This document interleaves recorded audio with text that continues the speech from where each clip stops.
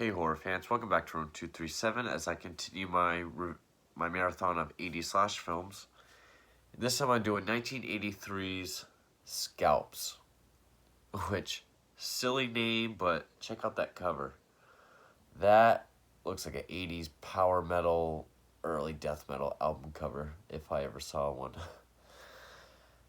Now, Scalps was written and directed by Fred Olen Ray, who also did... Well, he was also an actor. He appeared in the film Shockwaves with Peter Cushing and John Carradine. Cool. So he's been involved with quite a few things. But he also wrote this with T.L. Lankford, who also produced it, under the pseudonym The Eel. Alright. And John Ray, he also wrote it with. And it stars Joanne Robinson as DJ. I guess our female lead. But it has some guest spots, like special guest appearance by Carrol Borland, who was in Mark of the Vampire with Bela Lugosi. And Fred Ackerman, who's been in a lot of stuff. He was in Peter Jackson's Dead Alive, one of my all-time favorite films. Oh,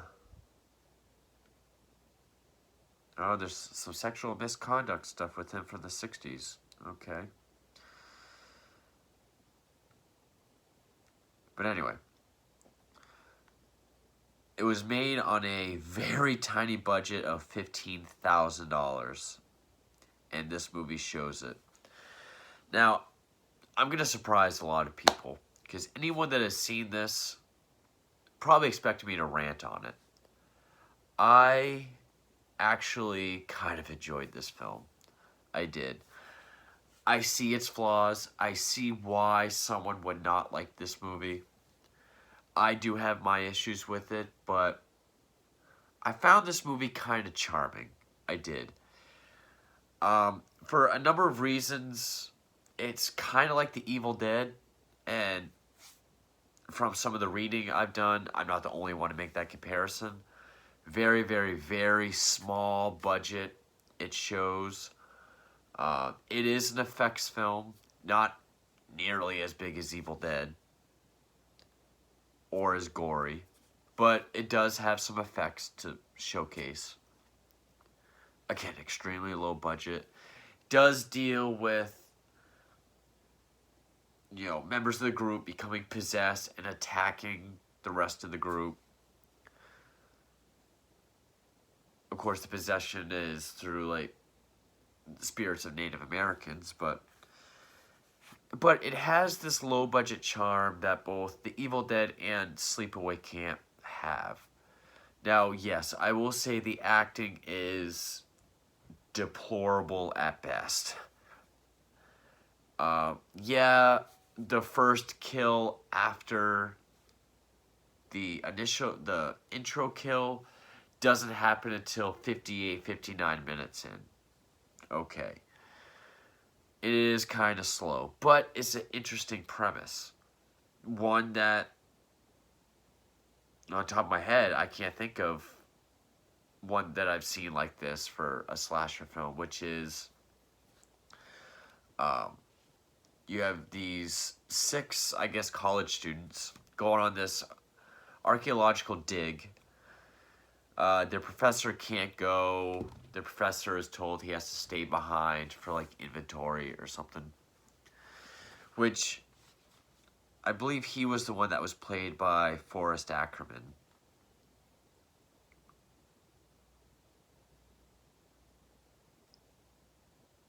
Yeah. And he was told by Dr. Sharon Reynolds, played by Carrol Borland. So they got their scenes in the beginning. Fred Ackerman shows up again at the end. But they go out to this archaeological dig. I'm not even sure where it is. I'm not sure if it says.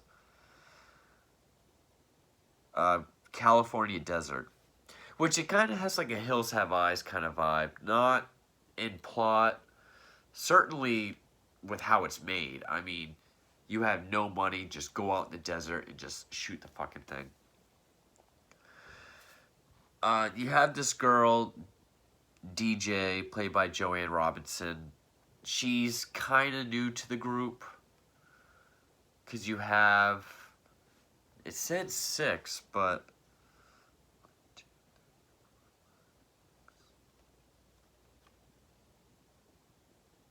Okay, yeah, so you have 2 couples. Then you have this guy, Kershaw, and then DJ. She's kind of new to the group. She has these prayer sticks, these Native American prayer sticks that she hits together. They start digging, and she gets very upset. She thinks it's like grave robbing. And, well, first, the intro I like. I love the music to this movie. The music was done by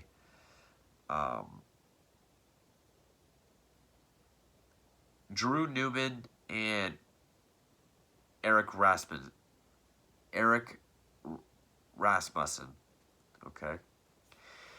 It reminded me of the remake of Maniac. You know, it's got this like bow, bow, bow. Then other parts, it's got this real like tribal drum sound. Other times, it's got this sort of wind chimey sound, like the beginning to the theme of Return of the Living Dead. But just that sort of creep showy Maniac remake kind of score. I loved the score to this movie. And it opens up with, you know, this black backdrop, someone getting beheaded. And I mean, it looks sort of like Nightmares on a Damaged Brain, like the hands coming up to the stump. And one thing that does help this film, I know it has a Blu-ray, is watching it for free on YouTube.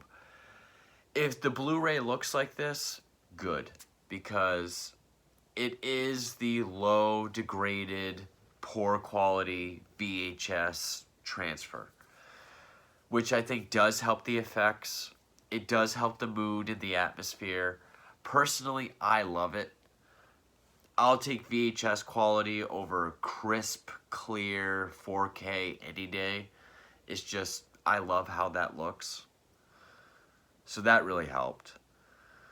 And so, yeah, in like a scalping, you get glimpses of it throughout the opening credits. And then there's this one guy he's in a truck, he goes out there, he's up against this rock, and I think he gets stabbed in the neck or something. We see blood on his shirt, and then he dies. And, you know, then we see, you know, Forrest Ackerman's character getting ready for the dig.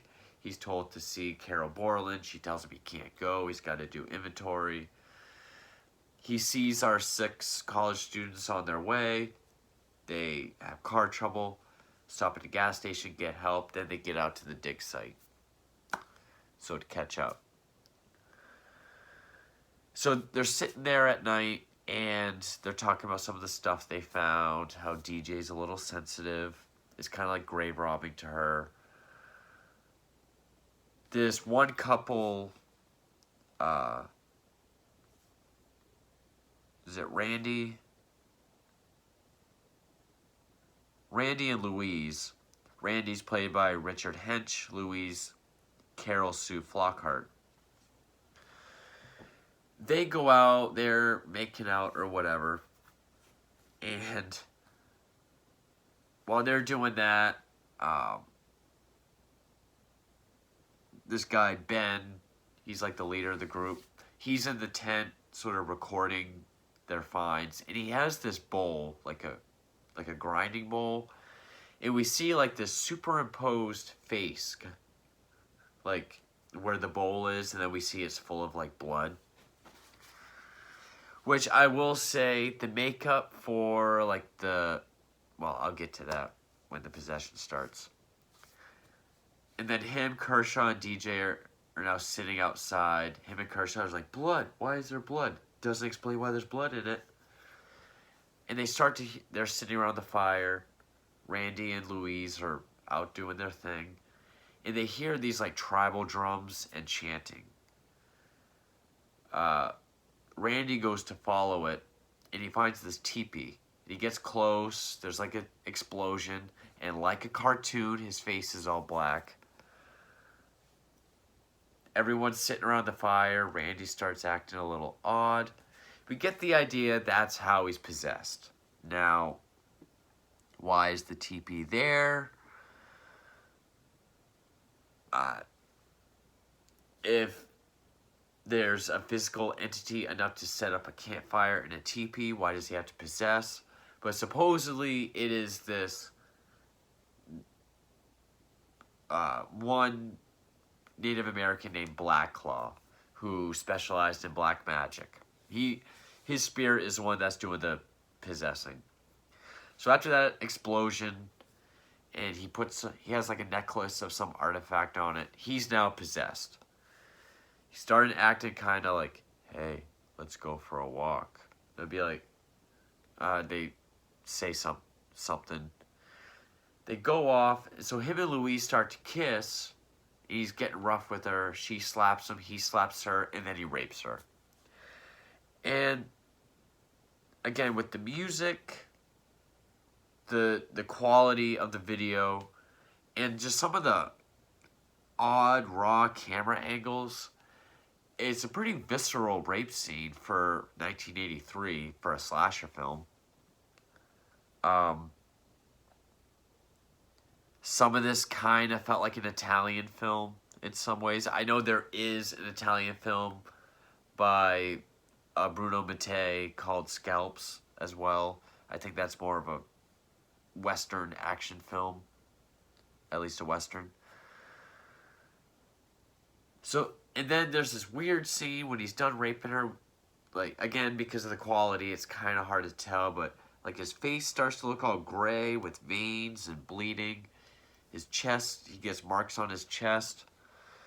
And I don't really know how to explain what he looks like. So, I'm just going to pull up a picture.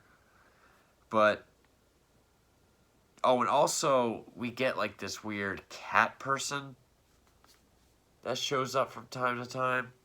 Which, when he moves, you can see the separation in the suit and see the actor's neck.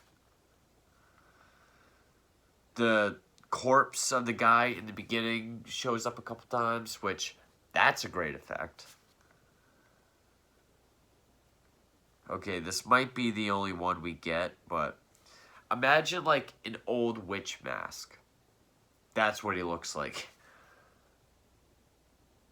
Yeah, that's what Randy looks like when he's possessed by Blackclaw. And he's got some sort of like zombie makeup around his chest. Goes on a killing spree. So yeah, he kills Louise, he scalps her. We do get to see the scalping.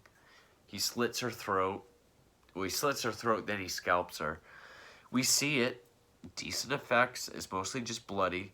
But again, with, I think this degraded, low-budget quality and production helps the effect.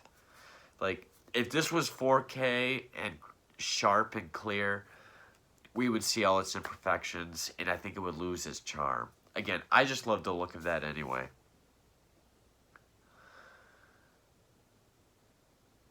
And then he just walks back. Well, he doesn't quite look like that yet. He still kind of looks like himself.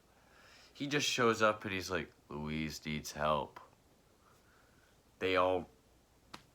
It's funny. Kershaw grabs the gun. He runs off for like 5 seconds. Then he comes back. He's like, I didn't see anything. DJ is now acting like Barbara from Night of the Living Dead. Just like he's everywhere. He's here. Like, he's holding on to the necklace he gave her. But eventually, you know, Ben decides he'll go out for help because Randy fucked with the car. Sees the truck from the beginning. And then this is probably the funniest effect in the whole film. He's like sitting in the bed of the truck. Randy pops out behind him as Black Claw, full makeup. He has a hammer, and it's obvious he's standing way behind him and misses, but it's in slow-mo, which we get a couple slow-mo bits in this. And he just kind of goes like that, falls over. But we get the idea, he's scalped.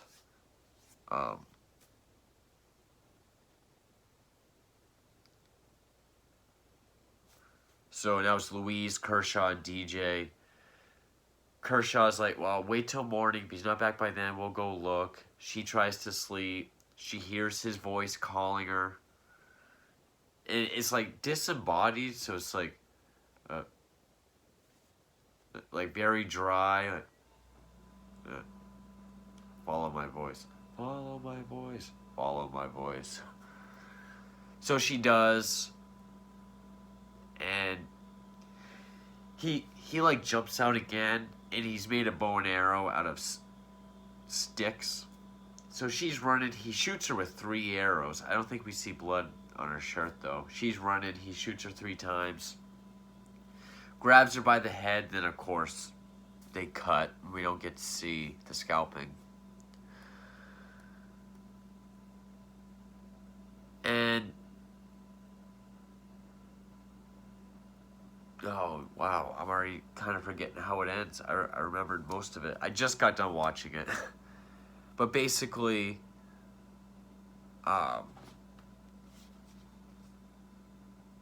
Christ, how did it end? It is forgettable. I mean,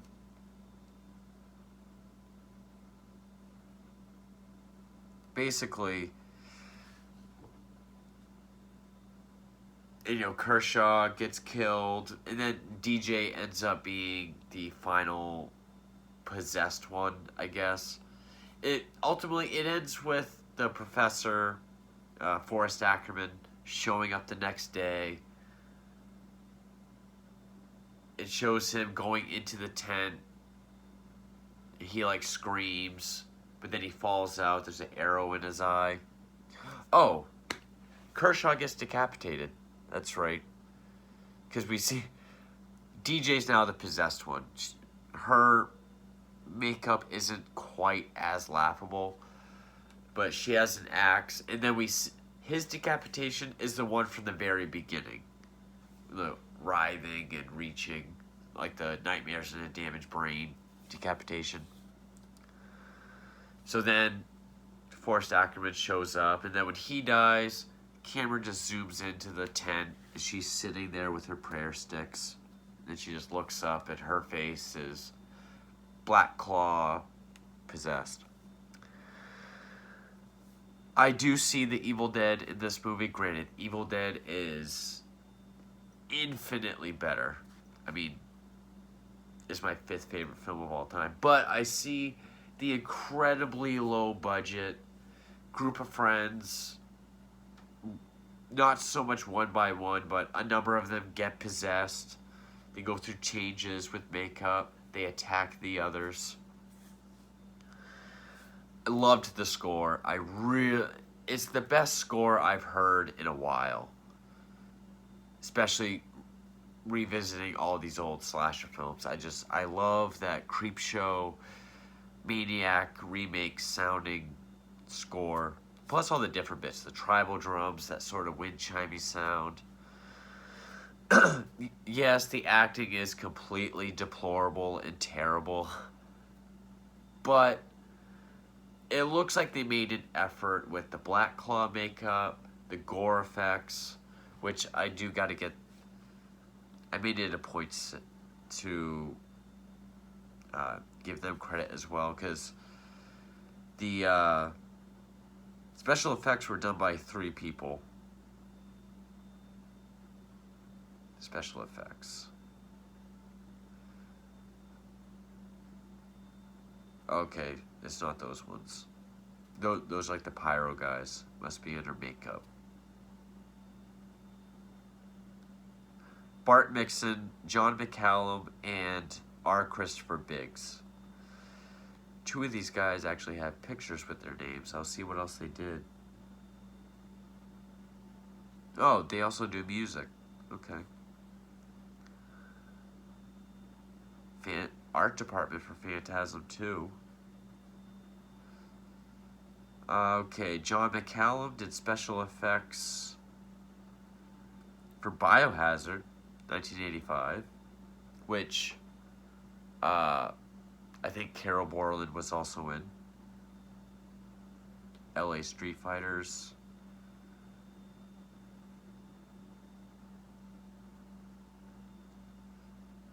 See Bart Mixon, see what else he's done for special effects. Makeup department for Stephen King's It, the original. Okay. So he just put blood on everything.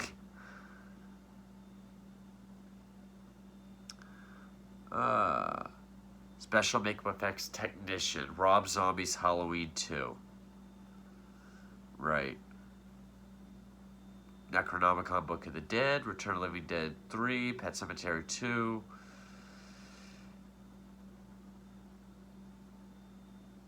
Ernest Scared Stupid, Shop Supervisor, Kyoto Brothers Productions.